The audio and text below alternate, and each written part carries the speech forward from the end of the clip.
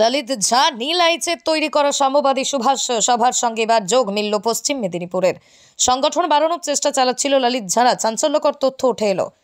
সাম্যবাদী সুভাষ সভা ললিত ঝাঁ নীল আইচদের এই সংগঠনে এখন দেশ জুড়ে আলোচনার কেন্দ্রবিন্দুতে। এবার এই সংগঠন নিয়ে উঠে এলো আরও চাঞ্চল্যকর তথ্য। বিভিন্ন জেলায় সমাজ মাধ্যমে যোগাযোগ করে সংগঠন বাড়ানোর কাজে নেমেছিল ললিত ঝাঁ। হ্যাঁ, কিভাবে পশ্চিম মেদিনীপুর জেলার দাসপুর মেদিনীপুর শহরেও থাবা বসিয়েছিল সাম্যবাদী সুভাষ সভা। মাস কয়েক আগেই সমাজ মাধ্যমে যোগাযোগ করা হয় দাসপুরের ল ক্লার্ক হিমাংশু শেখর মান্নার সাথে। দাসপুর ঘাটাল সহ আশেপাশের এলাকার দায়িত্ব দেওয়া হয়েছিল হিমাংশুকে। এলাকায় সংগঠন তৈরি করারও দায়িত্ব দেওয়া হয়েছিল তাকে। রবিবার সকালে এক্সক্লুসিভলি হিমাংশু জানায় এলাকার উন্নয়নমূলক কাজের জন্য ফান্ড জমা করতে বলা হয়েছিল তাকে। ললিত ঝাড়াই যে সংসদে হামলার মতো এত বড় ঘটনা ঘটাতে পারে বিন্দু বিসর্গ তা টের পাননি হিমাংশু। টিভিতে সংসদ হামলার খবর দেখানোর পরে গ্রুপ ছেড়ে বেরিয়ে যায় হিমাংশু। একইভাবে মেদিনীপুর শহরেও টার্গেট করা হয় মনীষ মাইতি নামে এক যুবককে। শনিবার রাতেই মেদিনীপুর শহরের ডিরোজিও নগরে মনীষের বাড়িতে গেলেও দেখা মেলেনি, বাড়িতে তালা। ঠিক এইভাবেই সাম্যবাদী সুভাষ সভা নিজেদের জাল বিস্তারের চেষ্টা করেছিল পশ্চিমবঙ্গের বিভিন্ন জেলায়, যার মধ্যে বাদ যায়নি পশ্চিম মেদিনীপুর জেলাও। এই সংগঠনের আসল উদ্দেশ্য কী বা সমাজসেবার আড়ালে কোন বিশেষ উদ্দেশ্য এই সংগঠন ছিল তা কিনা নিয়েই উঠছে একাধিক প্রশ্ন। সংগঠনের সাথে যুক্ত বলতে সোশ্যাল মিডিয়া মাধ্যমে শুধুমাত্র যুক্ত, যে এই গ্রুপ রাজ্য জুড়ে এই সংস্থা, স্বেচ্ছাসেবী সংস্থা খোলা হচ্ছে। পশ্চিম মেদিনীপুরের ব্যক্তিরা যারা ইচ্ছুক তারা যোগদান করুন। তো স্বেচ্ছাসেবী সংস্থা দেখে মানুষের উন্নয়নের সাথে বা কিছু কাজ করব এই ভেবে যোগদান করেছিলাম। তো যোগদান করার পর নীল আইচ আমাকে আমার নাম্বার চাই, সেই নাম্বার দেওয়ার ফলে ও একটা গ্রুপে আমাকে অ্যাড করায়, যেটার নাম হচ্ছে সাম্যবাদী সুভাষ সভা।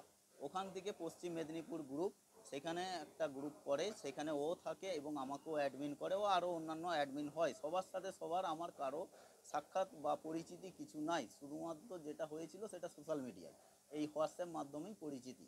তো নীল আইচ আমাকে বলেছিল এটা সুভাষবাদী একটা সংস্থা, স্বেচ্ছাসেবী সংস্থা, এখানে ছোটো ছোটো ইভেন্ট যেভাবে হোক মানুষের পাশে থাকা, এই রকম কাজকর্ম প্রণালী।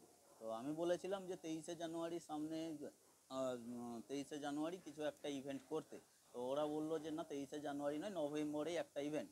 তো আমার দাসপুরের আমার সাথে কিছু 10-15 জন ছেলে, আমি তাদেরকে অ্যাড করি ওই পশ্চিম মেদিনীপুর সাম্যবাদী সুভাষ গ্রুপটাই। কিন্তু ওই গ্রুপে অ্যাড করার পর ওই ইভেন্টের হিসাবে 20 টাকা করে চাঁদা তুলে পাশের দাসপুরের কিছু পাশে পেন, খাতা, লেড, রাবার, লেড চিরা, শিক্ষা সামগ্রী প্রদান করি। কিন্তু এক্ষণে এইসব জানতে পারাই আমি ওই এই বিষয়ে ব্যক্তি ললিত ঝাঁকে তো নাম্বারের হিসাবেও বা সোশ্যাল মিডিয়াতেও চিনতাম না বা ব্যক্তিগতভাবেও চিনতাম না। তার সাথে এই নীলাক্ষ আইচকেও ব্যক্তিগতভাবে চিনতাম না। যেটাই হয়েছে সোশ্যাল মিডিয়া ভেবে, একটা স্বেচ্ছাসেবী সংস্থা, এনজিও, এই ভেবেই যোগদান। মানুষের বা পাশাপাশি লোকের সাহায্য করব, পশ্চিম মেদিনীপুরে সাহায্য করব, এই স্বেচ্ছাসেবী সংস্থা হিসাবেই যোগদান করেছিলাম। তার সাথে ওই ইভেন্ট একটা 350-400 টাকা একটা নিজেরা তুলে নিজেরা ইভেন্ট করেছিলাম ওই বাচ্চাদেরকে শিক্ষা সামগ্রী প্রদান। তারপরে এরকম খবর পেয়ে আমি নিজে থেকে আমার পশ্চিম মেদিনীপুর ওই গ্রুপ থেকে গ্রুপের আইকন চেঞ্জ করে দিই এবং গ্রুপ নাম চেঞ্জ করে দিয়ে আমার যারা পরিচিতি ছিল আমি তাদেরকে সব বাহির করে দিয়ে, লেফট করে দিয়ে নিজেও লেফট হয়ে যাই এবং সাম্যবাদী সুভাষ সভা মেন গ্রুপটা থেকেও আমি লেফট হয়ে যাই। বর্তমানে একটা ভয়ার্থ তো লাগবেই, কারণ একটা স্বেচ্ছাসেবী দলের নামে এরকম একটা ভয়ঙ্কর যে একটা চক্রান্ত, বা আমাদের সংস্থা সেই রূপ আছে বা নেই, কিছু একটা এখনও বহু প্রশ্নের মুখে। তাও এর মাধ্যমে আমরা যে সোশ্যাল মিডিয়া মাধ্যমে একটা যে চক্রান্তের শিকার হলাম বা এর মাধ্যমে যোগাযোগ হলো, এই ভয়েই রয়েছি। বা আমার সাথে যেসব আমার কর্মীরা বা আমার যেসব বন্ধুরা জয়েন করেছিল তারাও, তাদের চোখেও এক প্রকার আমি দোষী হিসাবে, খারাপ হিসাবেই রইলাম। আর সেই সূত্রে আমিও এইটার চাই যে পূর্ণ তদন্ত, যে এরকমভাবে এরকম একটা স্বেচ্ছাসেবী দল করে আমাদেরকে ফাঁসানো হলো না আমাদেরকে ইউজ করা হলো, আমরাও ঠিক বুঝতে পারলাম না। আমরা এইভাবেই ভয়ে খুব রয়ে গেছি এই মুহূর্তে। আমি ও আমার টিম বা আমার বন্ধুরা সবাই একটা ভয়ে রয়েছি যে আমরা কিভাবে কি গ্রুপটাই কি হলাম, এই গ্রুপটা কীরকম